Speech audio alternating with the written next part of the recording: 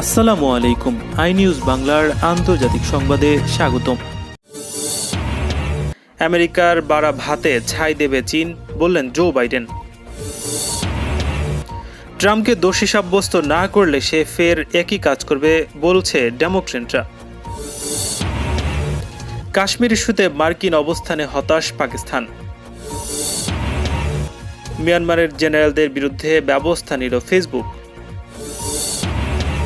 ট্রাম্পের সীমান্ত দেয়ালে অর্থায়ন বাতিল করলেন জো বাইডেন। S-400 কেনার ব্যাপারে তুরস্কের নীতি অপরিবর্তনীয়, বলল এরদোগানের মুখপাত্র।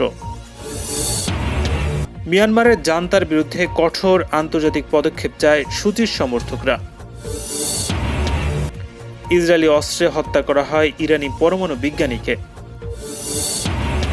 ইরানের নীতি সুস্পষ্ট হলেও বাইডেন প্রশাসন সিদ্ধান্তহীনতায় ভুগছে, বললেন জাওয়াদ জারিফ। এবং ইরানের পারমাণবিক চুক্তি বাঁচাতে কাজ করছে কাতার। আপডেট আন্তর্জাতিক সংবাদ পেতে চ্যানেলটি সাবস্ক্রাইব করে বেল আইকনে ক্লিক করুন। আমাদের ভিডিওতে লাইক দিয়ে আপনার মতামত জানান। মার্কিন প্রেসিডেন্ট জো বাইডেন বলেছেন, আমেরিকা যদি অবকাঠামো খাতে ব্যয় না বাড়ায় তবে চীন আমাদের ছাড়িয়ে যাবে। তারা আমাদের বাড়া ভাতে ছাই দেবে। বৃহস্পতিবার একদল সিনেটের সামনে ভাষণ দেওয়ার সময় তিনি এই হুঁশিয়ারি দিয়েছেন। এর একদিন আগে চীনা প্রেসিডেন্ট শি জিনপিংয়ের সঙ্গে তার ফোন আলাপ হয়েছে। মার্কিন প্রেসিডেন্ট বলেছেন, যদি আমরা জোর গতিতে সামনে না এগোই তারা আমাদের ছাড়িয়ে যাবে। পরিবহন, পরিবেশ সহ অন্যান্য ইস্যুতে তারা বিলিয়ন বিলিয়ন ডলার বিনিয়োগ করেছে। আমাদেরও গতি বাড়াতে হবে। বিশ্বজুড়ে অবকাঠামো খাতে চীন বিপুল অর্থ ঢালছে। উচ্চগতির রেল, মেট্রো সিস্টেম, আবাসন ভবন, বৈদ্যুতিক গ্রিড এবং মোবাইল নেটওয়ার্কে তারা বিনিয়োগের বন্যা বইয়ে দিয়েছে। বাইডেন বলেছেন, রেল খাতে তাদের বড় বড় প্রকল্প আছে। তাদের এমন রেল আছে যাতে 1 ঘন্টায় 225 মাইল পথ যাওয়া যাবে। শি জিনপিংয়ের সঙ্গে প্রথম ফোন আলাপে বাইডেন অবাধ এবং মুক্ত ইন্দো প্যাসিফিক অঞ্চলকে অগ্রাধিকার দিয়েছেন। অন্যদিকে শি জিনপিং সতর্ক করে দিয়ে বলেছেন, সংঘাত দুই দেশের জন্যই বিপর্যয় বয়ে আনবে। হোয়াইট হাউসে এক বিবৃতিতে জানায়, প্রেসিডেন্ট জো বাইডেন জিনজিয়াংয়ে চীনের মানবাধিকার লঙ্ঘন নিয়ে কথা বলেছেন। এছাড়া হংকংয়ের ওপর চীনের দমনপীড়ন এবং তাইওয়ানের সঙ্গে চীনের চলমান উত্তেজনা নিয়ে কথা বলেছেন তিনি। যুক্তরাষ্ট্রের পার্লামেন্ট ভবনে হামলায় সাবেক প্রেসিডেন্ট ডোনাল্ড ট্রাম্প উস্কানি দিয়েছেন বলে সিদ্ধান্তে এসেছেন ডেমোক্রেটরা। এখন সিনেটের অভিশংসন বিচারে তাকে যদি দোষী সাব্যস্ত করা না হয় তবে তিনি ফের একই কাজ করতে পারেন বলে হুঁশিয়ারি দিয়েছেন তারা। সহিংসতায় ট্রাম্পের যোগসাজশ খুঁজতে বৃহস্পতিবার দাঙ্গাকারীদের নিজস্ব শব্দগুলো ব্যবহার করেছেন অভিশংসন কৌশলীরা। তাদের দাবি, 6 জানুয়ারি হামলায় যুক্তরাষ্ট্রের দীর্ঘস্থায়ী ক্ষতি হয়েছে। সাবেক প্রেসিডেন্টের বিরুদ্ধে তাদের অভিযোগ প্রমাণে পুলিশ, ক্যাপিটাল হিল, গোয়েন্দা কর্মকর্তা এবং বিদেশি কর্মকর্তাদের বিবরণ উপস্থাপন করেছে ডেমোক্রেটরা। শুক্রবার ট্রাম্পের আইনজীবীরা তাদের যুক্তি উপস্থাপন করবেন। দাঙ্গায় উস্কানি দেওয়ার গত মাসে ডেমোক্র্যাট প্রতিনিধি পরিষদ ডোনাল্ড ট্রাম্পকে দ্বিতীয়বার অভিশংসন করেছে। চলতি সপ্তাহে সিনেটে সেই অভিশংসন বিচারের অভিযোগ উপস্থাপন করা হয়েছে। ট্রাম্পের আইনজীবীদের দাবি, গত মাসে যখন নির্বাচনে জালিয়াতির অভিযোগ করেছেন তখন ট্রাম্প বাক স্বাধীনতার অধিকার কাজে লাগিয়েছে। অভিশংসন কৌশলীদের পক্ষ থেকে ট্রাম্পের অপরাধ প্রমাণের জন্য 3টি বিষয়কে প্রাধান্য দেওয়া হয়েছে। সহিংসতা দৃশ্যমান ছিল। ট্রাম্প সহিংসতাকে উৎসাহিত করেছেন।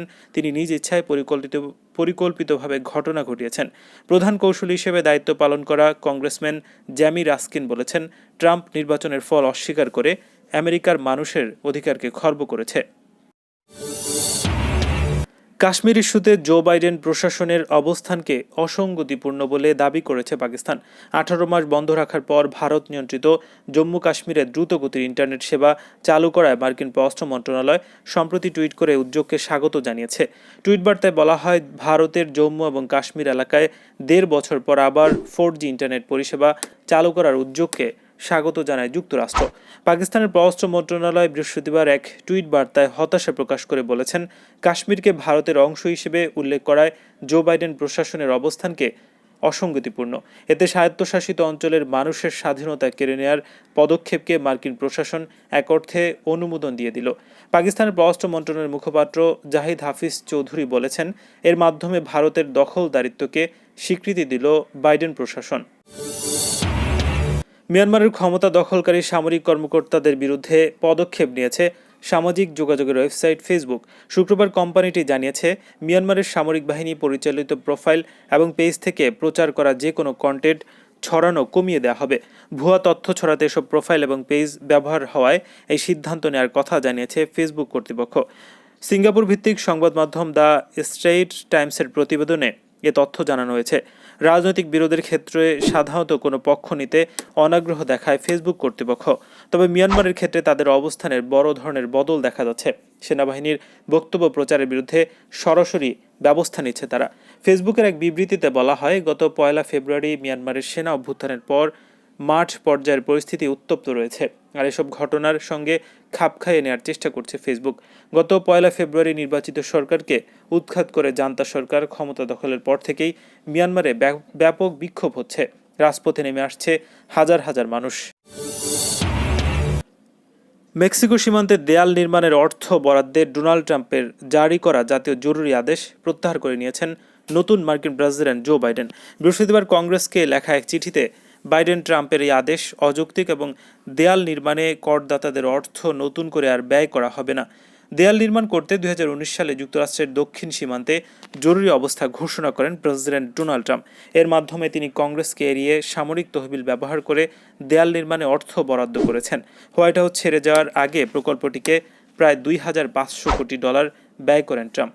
দায়িত্ব গ্রহণের পর ট্রাম্পের বেশ কিছু নীতি বদলে ফেলতে নির্বাহী আদেশ জারি করেছেন জো বাইডেন। তার এই ধারাবাহিকতায় সীমান্তে দেয়াল নির্মাণের বরাদ্দ বাতিল করা হয়। বৃহস্পতিবার এক চিঠিতে বাইডেন জানিয়েছে, দেয়াল নির্মাণের জন্য বরাদ্দকৃত সব সম্পদেরই মূল্যায়ন করা হবে। 2016 সালে ট্রাম্পের নির্বাচনী প্রচারণার অন্যতম প্রতিশ্রুতি ছিল সীমান্তে দেয়াল নির্মাণ। তবে প্রকল্পটি ডেমোক্র্যাট নিয়ন্ত্রিত হাউজে প্রবল বিরোধিতার মুখে পড়েছে, আর রিপাবলিকান প্রেসিডেন্ট ট্রাম্প জরুরি ক্ষমতা ব্যবহার করে হলেও তা এগিয়ে নেওয়ার বিষয়ে অনড় থাকেন। তুরস্কের প্রেসিডেন্ট রিসেপ তাইপ এরদোয়ানের মুখপাত্র ইব্রাহিম কালিন বলেছেন, রাশিয়ার কাছ থেকে অত্যাধুনিক S-400 আকাশ প্রতিরক্ষা ব্যবস্থা কেনার ক্ষেত্রে তার দেশের নীতি অপরিবর্তনীয়। তিনি তুর্কি নিউজ চ্যানেল TRT-কে দেয়া সাক্ষাৎকারে বলেছেন, S-400 কেনার ব্যাপারে নিজের অবস্থান থেকে পিছু হটবে না আঙ্কারা। এ ব্যাপারে আমেরিকার সঙ্গে চলমান মতবিরোধ আলোচনার মাধ্যমে সমাধানের চেষ্টা করা হবে বলে জানান তিনি। এরদোগানের মুখপাত্র বলেছেন, ওয়াশিংটন এবং আঙ্কারার মধ্যে আলোচনার পরিবেশ বজায় রয়েছে, তবে দ্রুত কোনো ফলাফল বেরিয়ে আসবে এমনটি আশা করা ঠিক নয়। নয়া মার্কিন প্রেসিডেন্ট জো বাইডেন তার পূর্বসূরি ডোনাল্ড ট্রাম্পের অনেক নীতিতে পরিবর্তন আনলেও তুরস্কের S-400 কেনার ব্যাপারে ট্রাম্পের নীতি অনুসরণ করেছেন। তুরস্ক হচ্ছে ন্যাটো জোটভুক্ত প্রথম দেশ যে কিনা রাশিয়ার কাছ থেকে অত্যাধুনিক আকাশ প্রতিরক্ষা ব্যবস্থা S-400 সংগ্রহ করেছে। 2017 সালে এ ধরনের 4টি ব্যবস্থা সংগ্রহের জন্য রাশিয়ার সঙ্গে $520 কোটি চুক্তি করেছে তুরস্ক। 2019 সালের জুলাই মাসে ব্যবস্থা আঙ্কারাকে সরবরাহ শুরু করে মস্কো, যে প্রক্রিয়া এখনও চলছে। মার্কিন সরকার 2017 সাল থেকে রাশিয়ার কাছ থেকে S-400 কেনার ব্যাপারে তুরস্ককে সতর্ক করে দিয়ে আসছে। সম্প্রতি যুক্তরাষ্ট্রের পক্ষ থেকে মিয়ানমারের জেনারেলদের ওপর নিষেধাজ্ঞা আরোপ করা হলেও এতে খুশি হতে পারছেন না ক্ষমতাচ্যুত নেত্রী অং সান সুচির সমর্থকরা। ফরাসি বার্তা সংস্থা AFP এবং ব্রিটিশ বার্তা সংস্থা রয়টার্সের প্রতিবেদনে জানা গেছে, মিয়ানমারের সামরিক জান্তার বিরুদ্ধে আরও কঠোর আন্তর্জাতিক পদক্ষেপ চায় তারা। 1 ফেব্রুয়ারি ভোরে মিয়ানমারের ক্ষমতা দখল করে দেশটির সামরিক বাহিনী। এই সামরিক অভ্যুত্থান এবং 260 জনেরও বেশি অন্যান্য নেতৃস্থানীয় ব্যক্তিসহ সূচিকে গ্রেফতার করে মিয়ানমারের গণতান্ত্রিক সংস্কারের পথ রুদ্ধ করে দিয়েছে দেশটির সেনাবাহিনী। এসব ঘটনার প্রতিক্রিয়ায় 2007 সালের জাফরান বিপ্লবের পর দেশটিতে সবচেয়ে বড় বিক্ষোভ অনুষ্ঠিত হয়। দেশটিতে টানা 6 দিন ধরে অভ্যুত্থান বিরোধী বিক্ষোভ চলার পর যুক্তরাষ্ট্র সামরিক জান্তার বিরুদ্ধে প্রথম ধাপের নিষেধাজ্ঞা ঘোষণা করেছে। বার্তা সংস্থা রয়টার্স জানিয়েছে, সুচির দল ন্যাশনাল লিগ ফর ডেমোক্রেসির সমর্থকরা ওয়াশিংটনের পদক্ষেপকে স্বাগত জানালেও এটি যথেষ্ট নয় বলে মন্তব্য করেছেন। সামরিক বাহিনীকে ক্ষমতা থেকে সরাতে এবং নভেম্বরের নির্বাচনে NLDর বড় ধরনের জয়কে স্বীকৃতি দিতে বাহিনীকে বাধ্য করতে আরও কঠোর পদক্ষেপ নেওয়া দরকার বলে মনে করছে তারা। সুচির সমর্থক মোথাল বলেন, মিয়ানমারের সামরিক অভ্যুত্থানের কারণে যখন আমরা প্রতিটি দিন আর প্রতিটি রাত ভুগছি, তখন এর চেয়েও বেশি পদক্ষেপের আশায় আছি আমরা। যত দ্রুত সম্ভব আমরা এর অবসান চাই। ইসরায়েলে তৈরি স্বয়ংক্রিয় বন্দুকের গুলিতে নিহত হয়েছেন ইরানের পরমাণু বিজ্ঞানী ডক্টর মোহসেন ফাখরিজাদে। লন্ডন ভিত্তিক সংবাদপত্র দ্য জুইশ ক্রনিকলে প্রকাশিত এক প্রতিবেদনে এই তথ্য জানানো হয়। বুধবারের এই প্রতিবেদনে জানানো হয়, ইসরায়েলি গোয়েন্দা সংস্থা মোসাদের গুপ্তচররা নৌবাহিনীর ব্যবহৃত একটি 1 টন গানের যন্ত্রাংশ পাচার করে ইরানে নিয়ে আসে। পরে ওই অস্ত্র দিয়ে তাকে হত্যা করা হয়। গোয়েন্দা সূত্রের বরাতে প্রতিবেদনে বলা হয়, ইসরায়েল এবং ইরানি নাগরিকদের ২০ গুপ্তচরের একটি দল এই অতর্কিত হামলা চালিয়েছে। এর আগে অন্তত ৮ মাস ফাখরিজাদের ওপর নজরদারি করা হয়। এর আগে সোমবার রাষ্ট্রীয় টেলিভিশনে ইরানের গোয়েন্দা বিষয়ক মন্ত্রী মাহমুদ আলাভি বলেছেন, গুপ্ত হত্যায় ইরানি সশস্ত্র বাহিনীর এক সদস্য জড়িত ছিলেন। গত বছর ২৭ নভেম্বর তেহরানের কাছে বন্দুকধারীদের অতর্কিত হামলায় নিহত হন ডক্টর মহসিন ফাখরিজাদে। ইরানের পররাষ্ট্রমন্ত্রী মোহাম্মদ জাওয়াদ জারিফ বলেছেন, আমেরিকার বাইডেন প্রশাসন ইরানের ব্যাপারে এখনও কোনো সুস্পষ্ট নীতি গ্রহণ করতে পারেনি। যদিও ইরানের নীতিতে অস্পষ্টতার কিছু নেই। তিনি চীনা নিউজ চ্যানেল ফিনিক্সকে দেয়া এক সাক্ষাৎকারে এ মন্তব্য করেছেন। জারিফ বলেছেন, পরমাণু সমঝোতার ব্যাপারে ইরান আগে কোনো পদক্ষেপ নেবে না, বরং নয়া মার্কিন প্রশাসনকে আগে একথার প্রমাণ দিতে হবে যে তারা এই সমঝোতায় রক্ষা করতে চায়। বাইডেন প্রশাসনকে যে কোনো সিদ্ধান্ত নেওয়ার আগে এ ব্যাপারে ইরানের প্রতিক্রিয়া বিবেচনায় নিতে হবে বলে তিনি সতর্ক করে দেন। ইরানকে আগে পরমাণু সমঝোতায় দেয়া প্রতিশ্রুতিতে ফিরে যেতে হবে বলে মার্কিন প্রেসিডেন্ট জো বাইডেন যে বক্তব্য দিয়েছেন সে সংক্রান্ত এক প্রশ্নের জবাবে জাওয়াদ জারিফ বলেছেন, আমার মনে হয় এখনও বাইডেন প্রশাসন ইরানের ব্যাপারে তাদের নীতি চূড়ান্ত করেনি এবং এই কারণে তারা একসময় আলাদা আলাদা বক্তব্য দিচ্ছে। কাজেই আগামী দিনগুলোতে মার্কিন প্রশাসনের কথাবার্তায় আরও পরিবর্তন আসবে বলে তিনি মন্তব্য করেছেন। ২০১৫ সালে ৬ বিশ্বশক্তির পারমাণবিক চুক্তিকে যুক্তরাষ্ট্রকে ফেরানোর বিষয়ে আলোচনার মাধ্যমে অঞ্চলের উত্তেজনা প্রশমনে কাজ করছে কাতার। বুধবার কাতারের পররাষ্ট্রমন্ত্রীর বরাত দিয়ে দেশটির সরকারি সংবাদ সংস্থা কাতার নিউজ এজেন্সি এক প্রতিবেদনে তথ্য জানিয়েছে। কিউএন-এর প্রতিবেদনে বলা হয়েছে, কাতারের পররাষ্ট্রমন্ত্রী শেখ মোহাম্মদ বিন আব্দুর রহমান আল থানি বলেছেন, রাজনৈতিক এবং কূটনৈতিক প্রক্রিয়ার মাধ্যমে উত্তেজনা প্রশমিত করে পারমাণবিক চুক্তিটি পুনরুজ্জীবিত করতে কাজ করছে কাতার।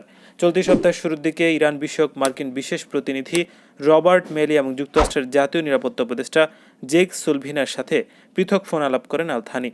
ফোন আলাপের পর ইরানের সাথে স্বাক্ষরিত পারমাণবিক চুক্তিকে যুক্তরাষ্ট্রকে ফেরানোর বিষয়ে কাতার কাজ করছে বলে মন্তব্য করেছেন তিনি।